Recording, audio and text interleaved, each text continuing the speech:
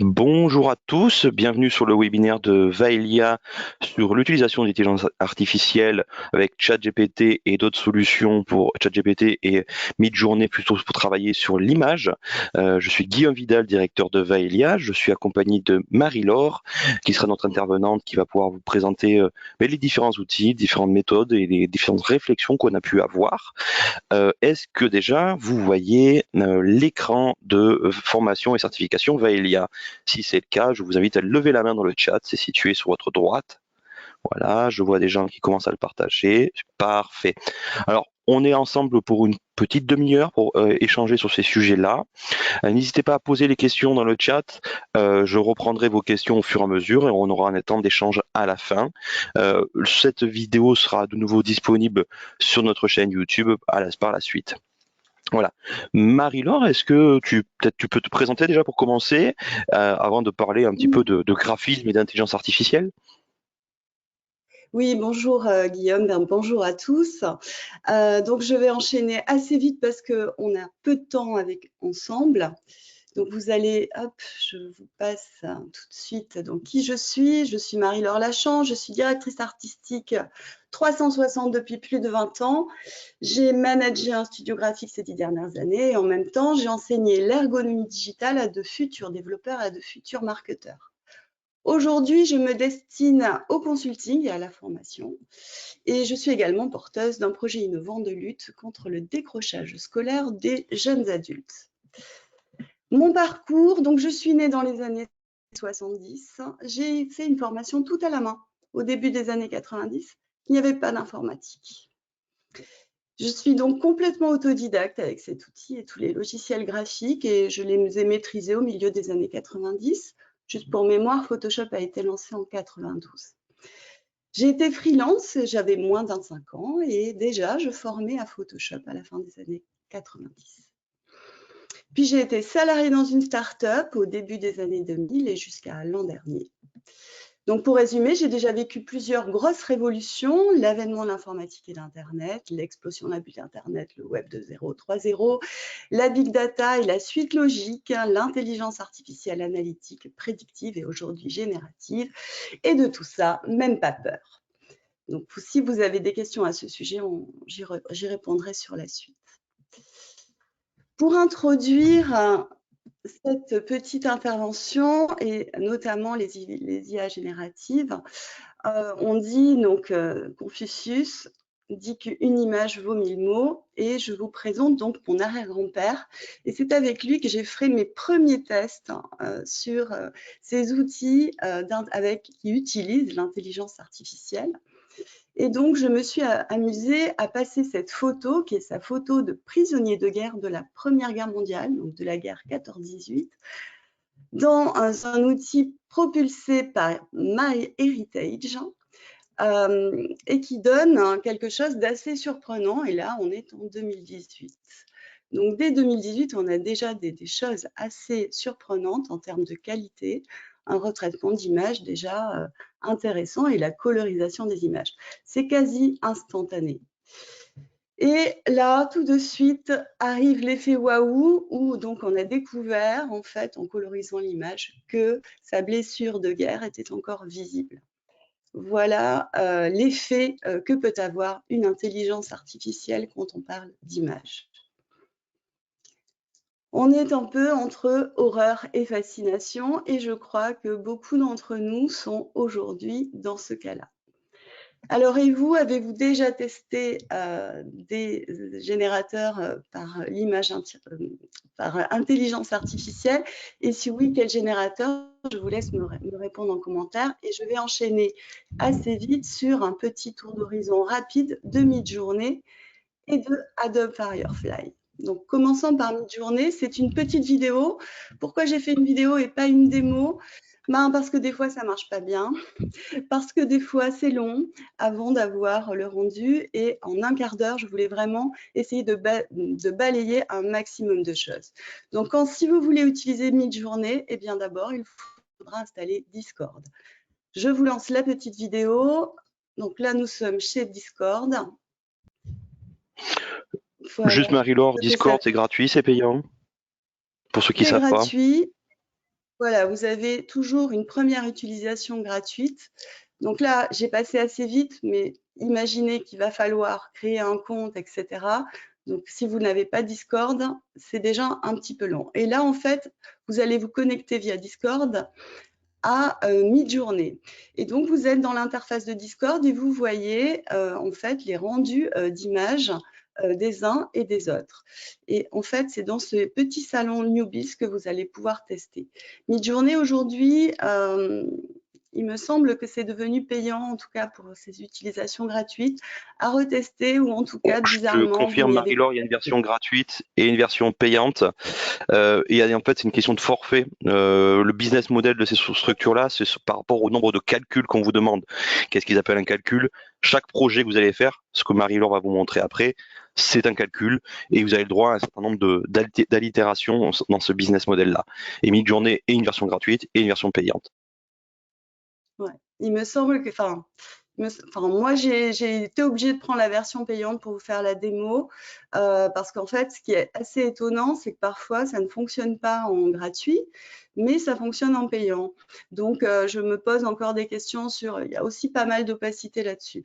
Mais enfin, suivant, donc si vous êtes sur un salon gratuit, de toute façon, tout le monde voit ce que vous faites. Tout le monde voit ce que vous postez, tout le monde voit le résultat de ce que vous avez demandé. D'accord? Et en fait, donc il va falloir scroller souvent plusieurs fois. Donc là, je lance une génération d'images. Je suis sur mon salon privé, hein. Donc là, je suis en privé, j'ai payé pour être en privé, pour éviter d'avoir à scroller en fait entre le moment où vous faites la demande de génération d'images et le moment où vous obtenez cette génération. Il peut s'écouler 60 secondes. Donc, plusieurs personnes auront posté aussi des requêtes. Donc, il ne faut pas hésiter à scroller si vous êtes sur un salon public. Donc, ici, il va falloir rentrer donc, ce qu'on appelle des prompts.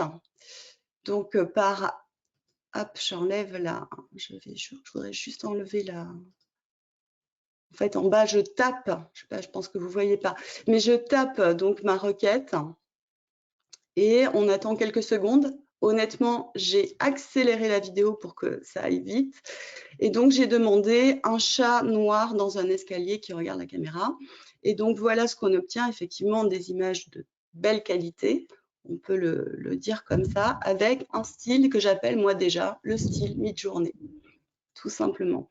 On reconnaît assez vite ce type de style de génération d'images. Mais c'est assez puissant. On va le voir.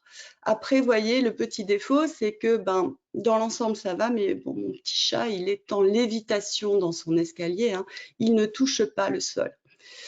Assez vite, je vais passer directement à la diapo suivante. Et donc là, vous allez voir la même chose. Donc sur Firefly. Alors, Firefly, c'est complètement différent.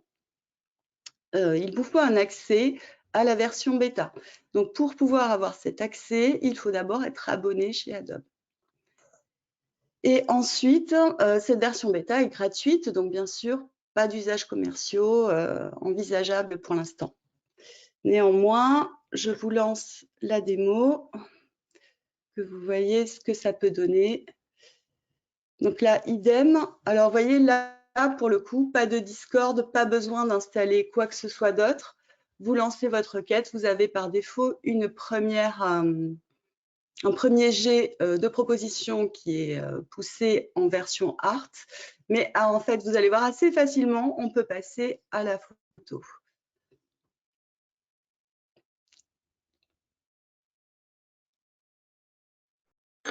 C'est-à-dire que la différence, Marie-Laure, par rapport à Midjourney, c'est que là, on n'a pas besoin de définir nos styles graphiques, ils sont déjà définis sur la droite par rapport à plusieurs propositions, c'est ça?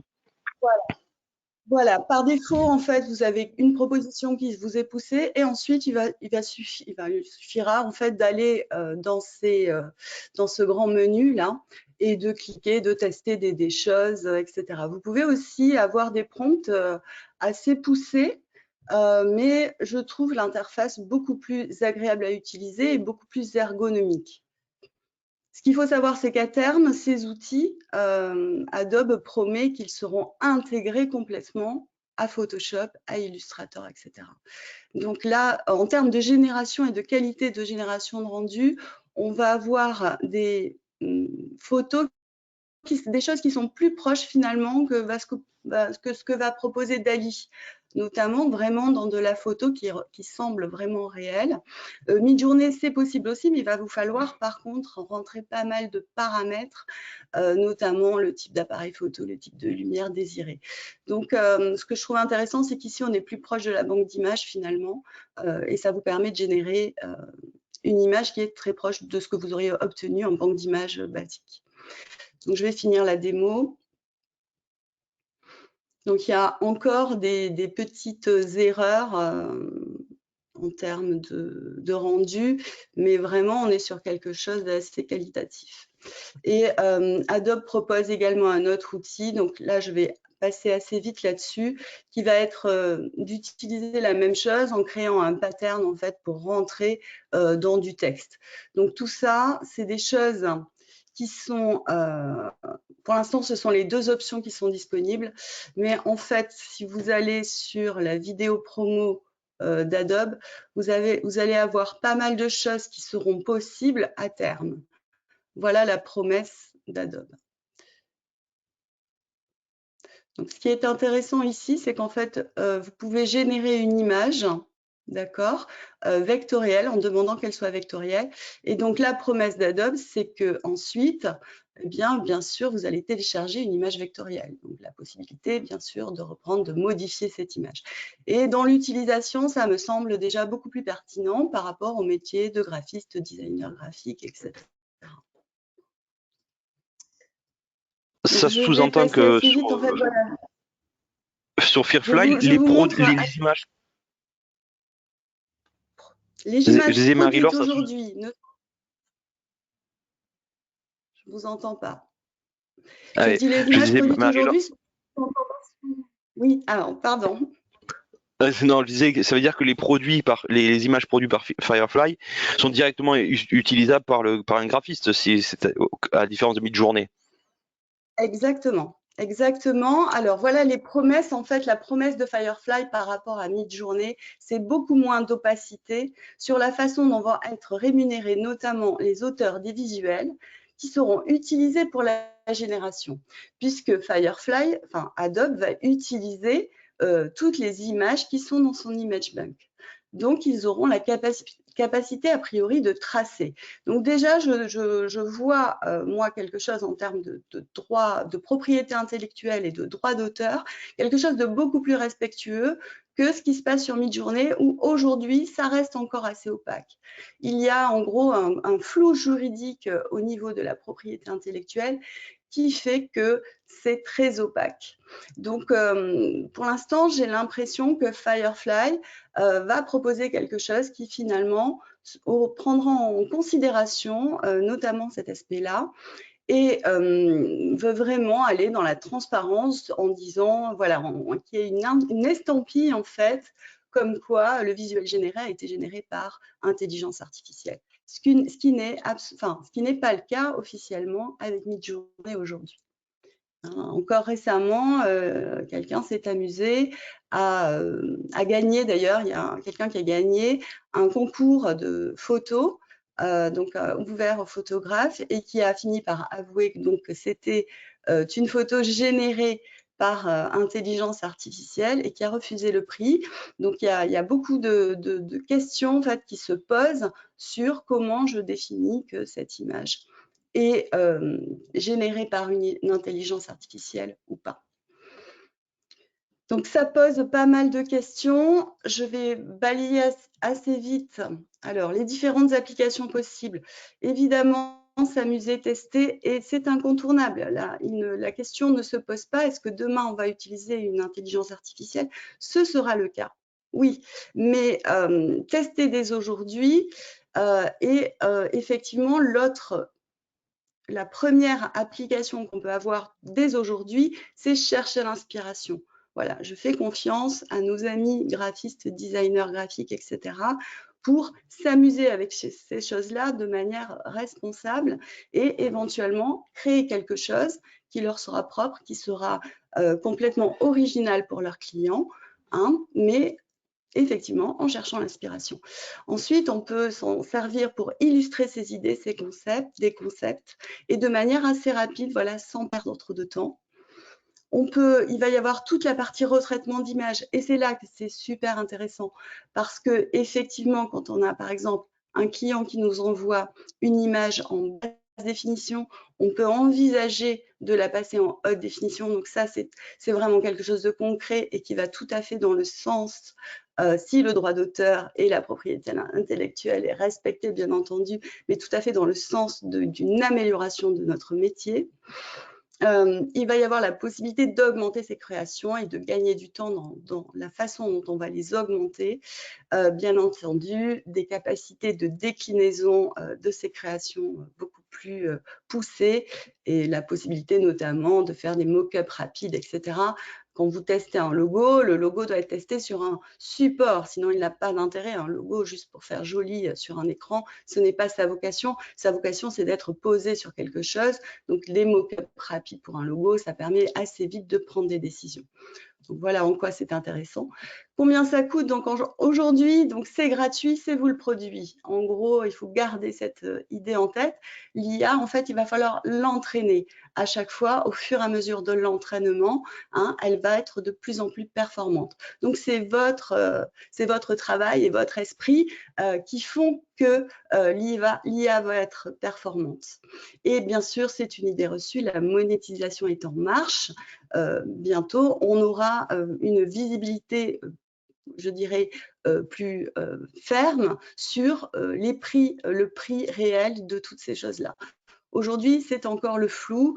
Moi, je conseille d'attendre encore un petit peu et de voir un petit peu comment le marché va se poser. Hein, les concepteurs d'IA testent le marché aujourd'hui. Alors, il y a des perspectives et des limites, ça je pense qu'on va le voir dans vos questions.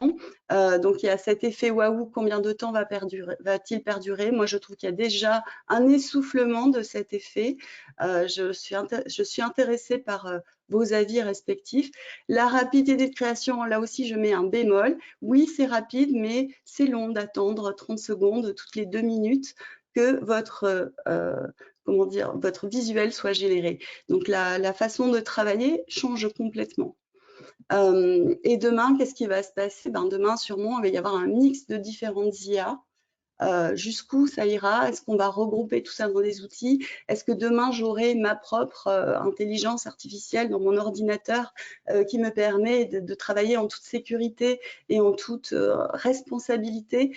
Voilà, toutes ces questions-là, ce ne sont encore que des questions. Dans les limites perspectives, bien sûr, nous avons toute la problématique de droit d'auteur, droit à l'image et la propriété intellectuelle. Il y a aussi un risque de standardisation que je trouve assez dommageable. Je pourrais en reparler avec vous plus amplement. La fin des œuvres matérielles ou pas? Est-ce que ça va au contraire amener plutôt à une emphase de l'œuvre matérielle ou d'une peinture, par exemple? Et donc, mes conseils, si vous testez, une utilisation éthique et responsable, évidemment. Toujours se poser la question, avant de fournir du contenu à l'IA, quel droit je bafoue potentiellement, hein, et une grande transparence dans son utilisation vis-à-vis de vos clients et également sur la propriété intellectuelle et cette problématique qui aujourd'hui n'est pas encore tranchée véritablement. Moi, je vous conseille de mettre en place vraiment une veille hebdomadaire, de tester des choses. Voilà, donc je vois qu'on est déjà à 20 minutes. Guillaume, est-ce que tu veux qu'on passe aux questions? Ouais, on va passer aux questions-réponses. Vous avez une partie chat auquel vous pouvez poser les questions. Alors j'en ai vu une ou deux qui sont passées. On parlait de mid-journée auquel on rentrait du texte. Est-ce que aujourd'hui c'est possible de dire qu'on veut une affiche avec tel texte, telle date et tel type de photo et que mid-journée ou Firefly vous sortent un flyer ou une affiche comme ça, magiquement, entre guillemets? Est-ce que c'est dans Magiquement, les capacités non. des outils? Oui, alors magiquement, non, parce que tout ce qui est généré du texte, c'est encore compliqué. Donc, la plupart de ceux qui utilisent aujourd'hui de manière commerciale ce genre d'outils sont obligés de retravailler derrière, de retravailler ce genre de choses. Tout ce qui est texte va être obligé. Enfin, l'IA ne génère pas du texte lisible encore aujourd'hui. Ça va venir. Je ne suis pas sûre que c'est un intérêt d'avoir quelque chose de tout cuit qui vous tombe dedans. Je pense qu'il y a toujours un intérêt à pouvoir remodifier ensuite. Voilà mon point de vue là-dessus. Est-ce qu'il y a d'autres questions? Est-ce qu'il y a déjà des campagnes de communication qui ont entièrement été générées par une de ces IA, qui a été connue et que des agences de com ou autres ont déjà dit ouvertement qu'ils avaient utilisé ça? Je vous ai mis, alors ça on pourra vous l'envoyer ensuite, il y a un opticien qui s'est amusé à faire une campagne avec Midjourney. Donc, il faut aller voir le lien, voir le rendu. Il y a toujours, ce qui est intéressant, c'est que c'est affiché. Si il y en a eu qui n'ont pas été affichés, ça sera intéressant dans les mois qui viennent, hein, c'est à surveiller, voir si on peut identifier ensuite qu'est-ce qui a été utilisé, enfin, est-ce que l'IA a été utilisée ou pas. Il y a déjà des tests, je pense que les marques sont encore un peu frileuses là-dessus, et ça me paraît logique. Autre point, tu disais tout à l'heure, tu évoquais le chat qui était en lévitation. Là, typiquement, cette photo de chat, s'il n'y avait pas le petit logo Midjourney qui est le petit bateau là, qu'est-ce qui te ferait dire que c'est pas un graphiste qui l'a fait? Toi, personnellement, est-ce qu'il y a des choses qui font dire que Tilt, on s'est foutu de moi, entre guillemets, ou Oui, alors c'est quand même, enfin pour moi on est dans ce que j'appelle le style Midjourney déjà. C'est-à-dire que ça c'est quand même un style qu'on reconnaît pour l'instant. J'ai conscience que pareil, dans les mois qui viennent, petit à petit, on va avoir un peu plus de possibilités comment dire, d'amener peut-être de plus en plus de choses confusantes. Je crois que ça va être compliqué effectivement de faire la différence, mais on est dans la même problématique avec de l'info, hein, entre une image réelle et une image inventée. Ça, c'est clair. Il y a des tests au niveau de la mode, c'est assez bluffant. Certains parlent de la fin du métier de mannequin, hein, puisque ça génère effectivement des visuels de mode avec des gens qui n'existent pas, qui sont de qualité professionnelle et qui auraient pu tout à fait être réalisés en shooting. Est-ce que c'est ça qui va intéresser les gens? Est-ce que ça va être important pour les consommateurs ou pas? J'ai plutôt tendance à dire que l'authenticité va être plutôt mise à l'honneur. Il va avoir une espèce d'emphase par rapport à ça. alors on a une autre question qui est plutôt sur la notion de est-ce que l'IA est une aide pour toutes les équipes graphistes et créateurs, illustrateurs, pour premier point, et est-ce que d'un autre côté, ça va pas faire rentrer des concurrents dans ce métier-là qui n'ont pas les compétences initiales pour faire ça? Entre guillemets, comme pour toi, comment ça va équilibrer le marché de l'offre et la demande et la vision des consommateurs de cette qualité de service qui est ce qu'un graphiste ou un illustrateur fournit? Oui, alors est-ce que alors ça, je vous amène directement, je vous ai préparé deux vidéos à visionner, j'avance et je vais répondre à la question. En fait, la question que je me pose, c'est combien de mots sont nécessaires pour générer l'image qu'on a en tête? Voilà. Par rapport à cette citation de Confucius, une image vaut 1000 mots, vraisemblablement, il faut au moins 1000 mots pour générer une image. Donc, ce sont des compétences qui vont être croisées. Et plutôt que de voir une nouvelle concurrence, regardons aussi ce en quoi les graphistes peuvent devenir aussi concurrents. C'est-à-dire que la concurrence va être ouverte, en effet. Voilà, mais c'est la vie, ça a toujours été comme ça. Par contre, ce qui est intéressant, c'est que oui, ça ouvre de nouvelles perspectives, mais dans tous les sens. Et ce que j'ai pu constater, notamment auprès d'artistes à qui on a présenté des outils d'intelligence artificielle, donc des artistes qui gagnent leur vie en créant des peintures, des sculptures, etc. Eux, ce qu'ils attendent de ces intelligences artificielles, c'est qu'elles décrivent leur œuvre. Et c'est là où c'est intéressant, c'est-à-dire qu'on a vraiment un croisement en fait de différentes compétences. Donc, est-ce que ça va supprimer des emplois? Peut-être. Est-ce que ça va être un ennemi? Peut-être. Mais est-ce que ça va créer de nouveaux emplois? Sûrement. Est-ce que ça va être un nouvel ami? Sûrement. Donc, dans les deux, hélas, quoi qu'on puisse imaginer, on aura toujours des bonnes choses et des moins bonnes, comme ça a toujours été le cas. Voilà. Quand Photoshop est arrivé sur le marché, rappelez-vous, je vous ai dit, je venais de commencer mes études. Voilà, j'ai commencé sans Photoshop. Pour autant, je suis restée pertinente. Donc, la question qui se pose toujours à la fin, c'est l'image qu'on génère. Est-ce qu'elle est pertinente? Voilà. Et peut-être qu'il faudra que nos clients qui s'amuseront à tester tout seuls dans leur coin ces générateurs d'images, il faudra qu'ils se rendent compte à un moment donné que c'est moins pertinent de l'utiliser tout seul devant son ordi que de l'utiliser avec un professionnel de la communication. Merci Marie-Laure. J'ai une dernière question qui est presque métaphysique.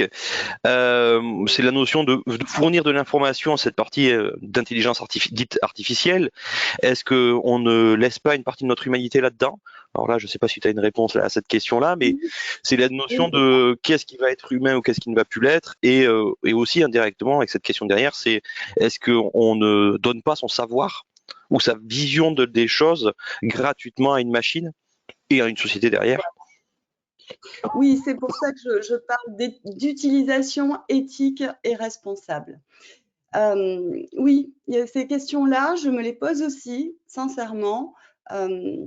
Est-ce que je vais dire à une IA qu'elle a mal travaillé? Pour l'instant, je n'en ai pas envie. Pour l'instant, cette IA ne m'appartient pas, ces outils que j'utilise ne m'appartiennent pas. Moi, personnellement, je les utiliserai effectivement pour challenger un client, lui faire découvrir peut-être différents styles, etc.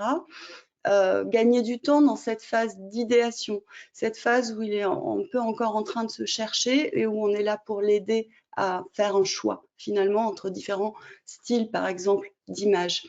Mais je commencerai à entraîner une intelligence artificielle quand elle sera à moi. Donc, c'est aujourd'hui la grosse question qui se pose, c'est à partir de quand ça sera dans mon ordi rien qu'à moi? À partir de quand je serai pleinement dans ce contrôle-là? Donc, c'est plus vers ça qu'on tend de toute façon. Petit à petit, soit vous allez utiliser des outils online, comme quand vous utilisez Canva. On peut opposer Canva et les logiciels Adobe. Ce sont deux choses complètement différentes. Le prix est complètement différent aussi, l'apprentissage est complètement différent et l'usage finalement est aussi différent. Même si au final, on peut utiliser Canva pour faire de la communication professionnelle, à partir du moment où vous allez vouloir vraiment vous démarquer de vos concurrents, etc., vous allez avoir envie d'avoir des choses à vous et qui ne sont qu'à vous. Donc, on ne peut pas avoir en gros le beurre et l'argent du beurre, et dans l'intelligence artificielle, c'est la même chose. Donc, Merci philosophiquement, Marie-Laure. entraîner, tester, surtout faire attention à ce qu'on diffuse à ces outils qui sont aujourd'hui ouverts. Voilà. Est-ce qu'on va finir sur une dernière question? S'il y en a une, allez-y. Et on peut aller de la question un peu métaphysique qu'on a eue en dernier, mais question un peu plus réelle et constante sur la question de la concurrence. Est-ce que vous avez d'autres questions? N'hésitez pas à les mettre dans le chat. Voilà. Bon, s'il n'y a pas d'autres questions pour l'instant, voilà. Donc, je vais ajouter une petite précision pour ceux qui ont envie de tester Firefly. Il faut compter minimum 15 jours entre le moment où vous faites votre demande d'accès et où on va vous valider cet accès. 15 jours, ça c'est assez long et je pense qu'en ce moment, on est plus près des 3 semaines. Donc, faites votre demande assez vite pour pouvoir tester et voir vers quoi vous voulez aller. Voilà. Merci Marie-Laure. Vous allez pouvoir retrouver tout ce webinaire en ligne sur notre page YouTube avec les différentes questions. On vous fera suivre les petits liens pour que vous puissiez voir ça. Et n'hésitez pas, il y a un questionnaire à la fin de ce webinaire qui permettra de mieux vous connaître et mieux savoir pourquoi vous étiez venu là-dessus et savoir qu'est-ce qui vous intéresse sur cette question de la production graphique avec une intelligence artificielle. Là, on a parlé de 2 outils, mais on n'est pas à l'abri d'avoir d'autres outils qui vont sortir. On connaît ChatGPT aujourd'hui pour le niveau du texte. Peut-être qu'on aura d'autres offres qui arriveront sur l'image ou voire même la vidéo, parce que quelques vidéos commencent à tourner avec des outils de génération tels que l'image. Donc on est sur un tournant qui est vraiment global et je pense qu'un des points qu'on a essayé de vous présenter dans ce webinaire, c'est vraiment l'approche expérimentale, tester et de se rendre compte que jusqu'à preuve du contraire, on n'est pas propriétaire de ce que l'outil va produire des propositions qu'on lui demande. Ça, je pense que c'est le point le plus important à se rappeler. Voilà. Pour moi, en tout cas, ou d'un point de vue professionnel. Pour ma part, je considère que ce n'est pas une concurrence au métier de tous les jours, c'est plutôt une aide. Il permet d'industrialiser, de tester des hypothèses, mais j'insisterai sur le fait qu'il y a une notion de propriété auquel il faut faire, je pense, plus attention. Merci à tous et à toutes. Merci Marie-Laure et je vous dis à bientôt. À bientôt.